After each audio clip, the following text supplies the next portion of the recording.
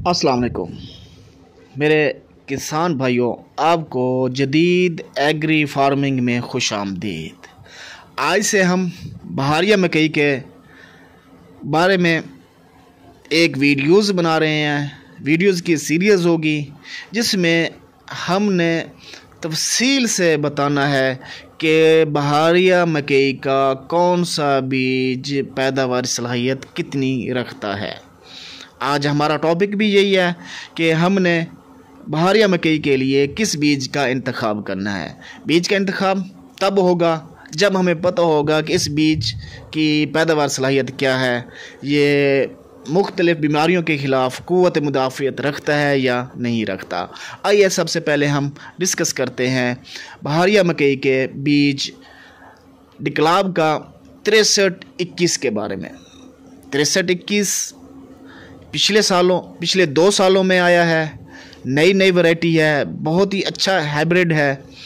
इसका हम तफसील से एक प्रोग्राम कर लेते हैं कि ये क्या है, इसकी पैदावार सलाहियत क्या है। सबसे पहले हमने ये देखा है कि डिक्लाब 6321 चौड़े पत्तों वाली एक वैरायटी है, जबकि ये 6317 की तरह इसकी छल्ली का रंग होता है। बाकी इस पौधे की स्ट्रक्चर भी 6317 के ही तरह होती है। ये दरमियाने कद वाली वैरायटी है। इसको लगाने के लिए जो खेलों का साइज़ होगा वो 22 इंच होना चाहिए और एक पौधे से दूसरे पौधे तक जो फासला है वो 6 से 7 इंच होना चाहिए।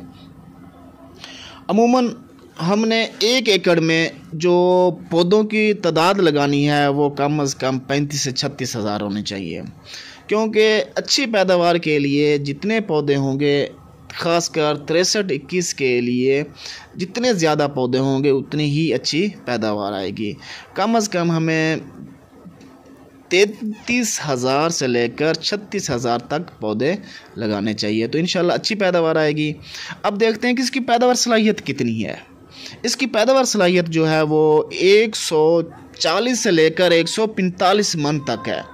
अब ये नहीं है कि हम इसको लगाएं और 145 मन हमारी आ जाएगी, नहीं। साजगार माहौल होना ज़रूरी है, अच्छी ज़मीन का होना ज़रूरी है, खाद का प्लान होना चाहिए कि हमने खादें कौन सी कब इस्तेमाल करनी चाहिए, कितनी इस्तेमाल करनी चाहिए, ये तमाम चीज़ें होनी चाहिए। तो इसकी जो पैदावार सलाहियत है, अच्छे साजगार माहौल में 145 मन तक ये आ सकता है। अब आते हैं इसके मुस्बत पहलू की तरफ। इसका मुस्बत पहलू क्या है? इसकी पैदावार सलाहियत आपको बता चुका हूँ। इसका स्ट्रक्चर अच्छा होता है, दरमियाने कद की होती है। इसके जो पत्तों का साइज़ है वो चौड़ा होता है। पत्ते बाकी भी जो हमारे पास बहारिया मकई के बीज हैं उसकी निस्बत इनका साइज़ बड़ा होता है। खुशनुमा है, खूबसूरत होती है ये बाकी की निस्बत। जैसे कि आपको बता चुके हैं कि इसका जो कद होता है पौधे का वो दरमियानी कद होता है। इसी वजह से इसमें लॉजिंग का ख़तरा बहुत कम हो जाता है, क्योंकि ये बहारिया मकई जब काश्त होती है तो जब ये तकरीबन 6 या 7 फुट की हो जाती है तो उस वक्त अक्सर आंधी, तूफ़ान, बारिश वगैरह का मौसम होता है। तो अक्सर देखा गया है कि जब भी इस तरह की जो मकई होती है, कुछ बीज ऐसे होते हैं उनके गिरने का चांस ज़्यादा होता है, लेकिन हमारे 6321 के अंदर गिरने का चांस, बारिशों में, आंधियों में चांस बहुत ही कम है। मतलब ये गिरने में बहुत ही कमाल किया है, ये नहीं गिरती। अच्छा, इसका स्ट्रक्चर होने की वजह से गिरने की जो सलाहियत है बहुत कंट्रोल होती है, तो लिहाजा इसको इस्तेमाल करना चाहिए। इस 6321 का इस्तेमाल हमें करना चाहिए। अब आते हैं इसकी क़ुव्वत मुदाफ़ियत की तरफ। क़ुव्वत मुदाफ़ियत जैसे कि पहले मैंने बताया है कि बहुत कमाल की है।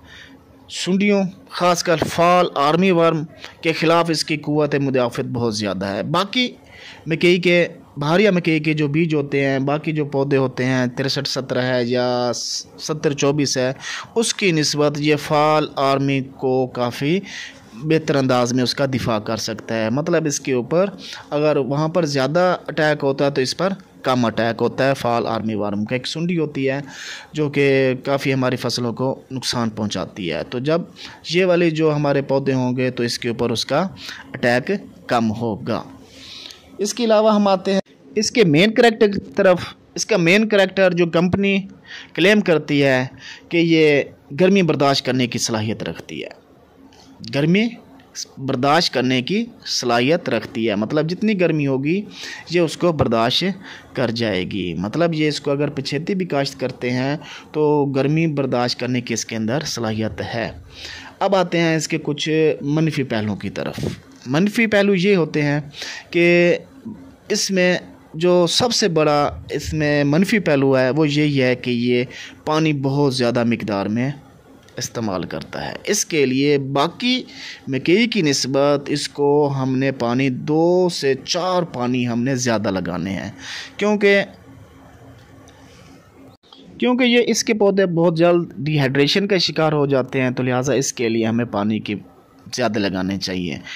3 से 4 पानी हमें ज़्यादा इस्तेमाल करने पड़ेंगे। जब भी हम इसका 6321 का बीज लगाएंगे तो जब जिस जगह इसका इंतखाब करेंगे तो हमें चाहिए कि इसके लिए पहले से ही पानी का अच्छा इंतज़ाम करके रखें, क्योंकि इसके लिए हमें ज़्यादा पानी की ज़रूरत होगी। ये सबसे इसका एक मनफी पहलू है।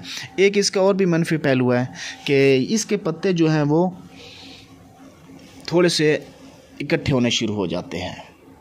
भास्कर ये देखते हैं, कंपनी भी यही कहती है कि इसके जो पत्ते ऊपर से इकट्ठे होते हैं जब ज़्यादा गर्मी होती है तो इसके अंदर एक अपनी इसकी खसूसियात है, करैक्टर है, जिसकी वजह से इकट्ठे होते हैं ताकि गर्मी को बर्दाश्त कर सके। लेकिन उस वक्त ये अच्छे नहीं लग रहे होते, इतने खूबसूरत पुररौनक नहीं होते।